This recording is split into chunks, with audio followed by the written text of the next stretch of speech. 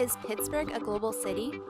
There are so many ways that Pittsburgh is connected to the world. Engagement through Global Pittsburgh, groups like Latino Family Center. Our universities are very welcoming and fight for international students. Community Blueprint, Vibrant Pittsburgh, obviously the mayor and the county executive are two great advocates for connecting to the world. Everywhere you go here in Pittsburgh, you will find people from different places. Immigration has shaped the city in the past and is reshaping it again. All these things are things that I wasn't aware of or maybe weren't happening in the mid-90s, but make me feel like I'm in the right place now.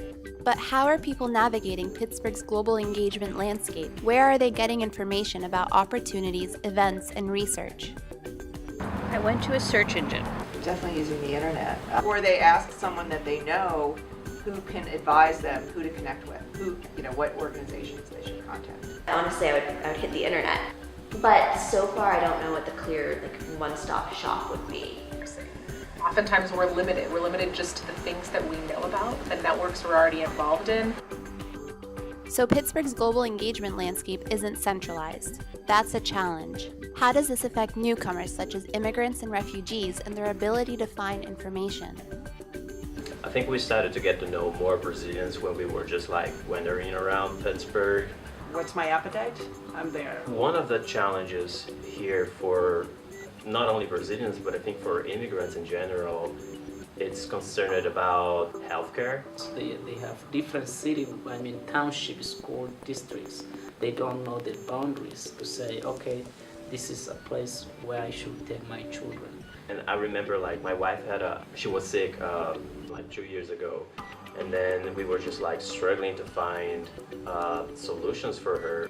This is another issue for the community. They don't know anywhere. They might be going to offices or somebody might be getting in trouble, and then it is really, they don't know where to go. Now we've identified two problems: a decentralized global engagement landscape and an access challenge for some of the city's immigrants and refugee communities. When we launched the Global Switchboard co-working space in 2014, we wanted to create a network to address problems like these. But we can't possibly house all of our global initiatives in one building. Our physical space needs a virtual neighborhood. We searched for a partner with experience fostering a network through technology. For their incredible work as stewards of the Remake Learning Network, we reached out to the Sprout Fund. And so the folks who kind of came together and formed the kernel of the Remake Learning Network saw an opportunity to capture Pittsburgh's excellence in digital media, technology innovation, along with a long-standing commitment in early childhood education.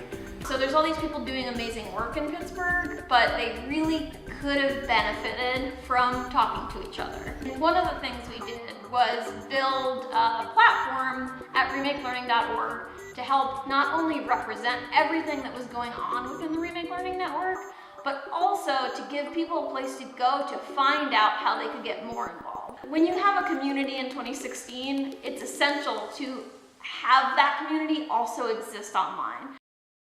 We agree. Our network needs a technological solution to our engagement challenges, and the newcomers to our city need to know where to go to find the information they need. With Sprout's help, we're launching the Global Switchboard's digital hub to address both of these challenges. We're really excited to work with Global Switchboard because we've worked with them in the past. So the Sprout Funds, we have about 5 years of experience building and stewarding a network. People from all over Pittsburgh can have a clear view into what's happening in the Global Switchboard, and I think even more importantly, members of the Switchboard are going to be able to see what their peers are doing and how they can either collaborate to make work more powerful or support each other.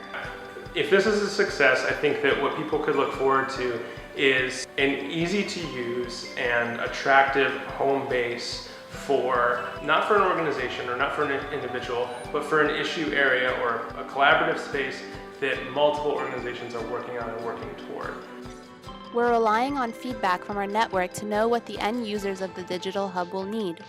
You will catalyze ideas. One person working on something will bring someone else, and you'll get a lot more people engaged that way.